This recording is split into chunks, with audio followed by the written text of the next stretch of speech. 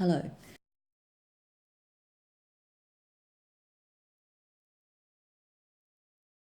I wanted to talk to you about an incident that Marco and I found ourselves in recently.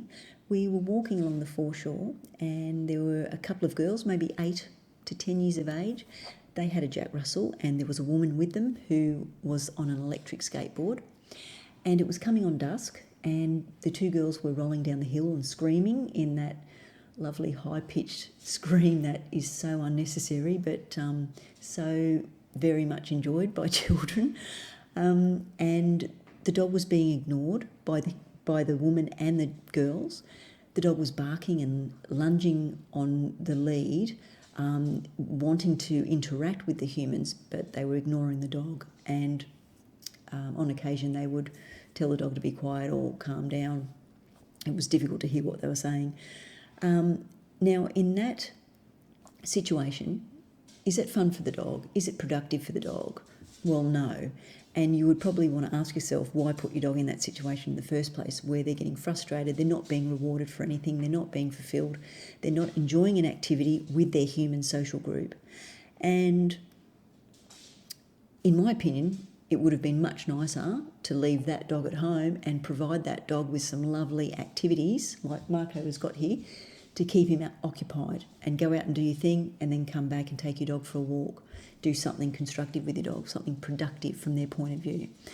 So the dog was restrained on an extendable lead, and with respect to extendable leads, the best thing that you can do if you have an extendable lead is to pick it up and put it straight in the bin, because they are dangerous. They're a safety hazard, not just for you, but for your dog. They're a trip hazard, potential trip hazard, and they actually encourage your dog to move away from you rather than approach you. And they also encourage your dog to pull on the lead inadvertently through the action of moving away from you when you're pressing the button to extend the lead. Anyway, so we'll move back to the story. So the dog was being ignored by the children and also by the woman. Now the woman asked one of the girls to hold the dog's lead, and she decided to then take off down the hill at quite a good speed, I might add. And the dog turned their attention to her, and then that got the dog even more frustrated. The dog was then lunging in that direction to try to get to that human as she was going down the hill. And once again, the dog was told to calm down or be quiet, and still ignored. Now, this situation might sound pretty benign. It happens every day to millions of dogs across the world, but this is where the snowball starts and then grows over time, because that little dog being placed in that situation is going to react in a very unpredictable way without being able to logically take in the information from his surroundings and process that information and understand what might be going on around him, depending on what other stimuli or what other things might be around him in close proximity. And this is what happened when the woman returned back on the skateboard. She then took the dog off the girl and then proceeded to dash back down the hill again with the dog in tow. But this time she was extending the lead, so the dog had around about 3 or 4 metres of lead. And of course, they came down very quickly. Marco was sniffing. This little dog ran past, lunged and jumped, growled and snapped at Marco, and I think he missed his nose by a bit of a whisker. Marco got a scare. I got a bit of a scare because it all happened quite quickly. And the woman gave me a cursory sideways glance and a monotone sorry. That's pretty disingenuous, and of course, why bother? Because it wasn't really any skin off her nose. That had happened to her dog and my dog. Now, the only two perspectives, now that sort of situation could make you feel annoyed, but really the human's feelings in this situation doesn't really count. It's not relevant. The only two perspectives that really count are the perspective of the Jack Russell and Marco's perspective, because they were the ones that were put in a situation of conflict and distress that could have been avoided had the humans done their job effectively. Now, I have to say I should have actually been a little bit more vigilant to sort of see that they were coming down the hill, but sometimes these things happen. But the sad thing is that this little Jack Russell is now very likely, to react in a similar way in other situations where he encounters dogs, in situations where he might be feeling excited and energetic. So that's the crux of the story. That's the crux of what I want to get across, that message, is that this is planting the seed for dogs to become reactive in many different situations and get very good at that, because it doesn't just end up being a reaction to a situation. It then becomes a learned component of behaviour when dogs are actually getting to practice these sorts of behaviours in different situations. And we can't blame the dog, because the human should have been doing something productive with the dog and including the dog in a meaningful and productive way. Something that was mentally stimulating and keeping the dog occupied, rather than letting her dog get so frustrated in the first place and building that dog's emotional state to a place where the dog was not able to cope in that situation where he found himself very close to another dog. Now, okay, you might think, well, big deal. Okay, it happens every day. But let's imagine if that had been a large breed dog, or a dog that has a really big head with a big set of teeth that can do a lot of damage. Now, just because it could have been a larger dog, does that make our response valid, or should we react then? Well, no, we should actually be paying attention regardless of what type of dog we have, because it's the emotional state of our dogs that are being affected in a negative way every day in everyday situations. And it can be prevented so easily by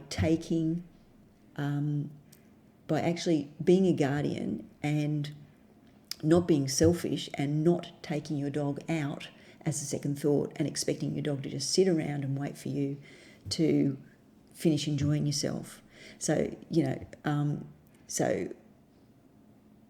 dogs aren't accessories. They're living, breathing, pain-feeling animals, and they share many similarities to humans with respect to their cognition and their emotional states, and the fact that they want to be with their human social group and be close to us and be engaged with us. So in that situation, that woman was shortchanging her dog so much and setting her dog up to fail in so many other social situations. Now, the other reason why this is so important to understand is because it's these situations that start to snowball, and then we have a dog that reacts in many different situations, and then before we know it, the human decides they can't cope with the dog that's reactive, and then the dog's surrendered to the shelter, to the local shelter. Now, when we see that little trail of breadcrumbs, it's not fair on the dog, because the dog's been blamed for being put into a situation that the human should have actually been protecting and considering their dog and their dog's perspective. So those seemingly benign situations are actually planting the seeds for some dire consequences that can happen in the future for our dogs, and that is simply the humans giving up on the dogs when they've got a reactive dog that's reactive in different situations. That can stem from just incidents, or that can stem from seemingly innocent situations where they haven't paid attention to their dog and they're not looking at the body language of their dog and listening to what their dog's trying to tell them. So it is a very important video, and what I'm hoping that you'll do is just start looking at everyday situations from your dog's point of view.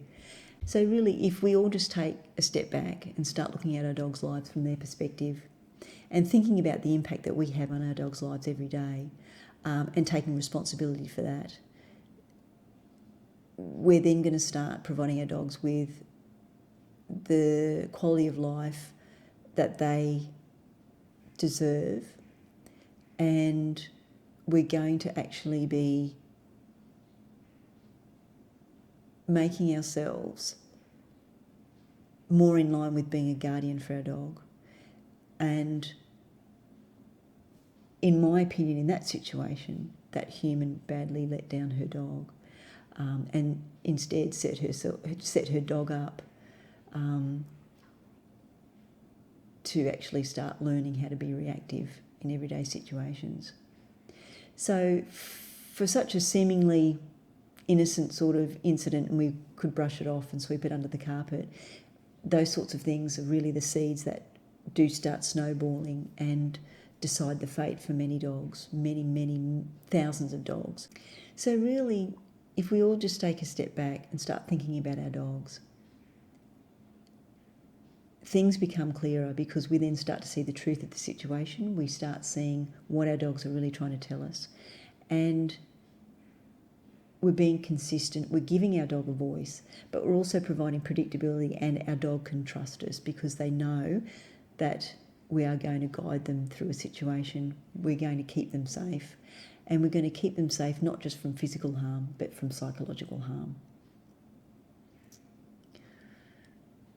Well, thanks for watching, and we'll see you soon.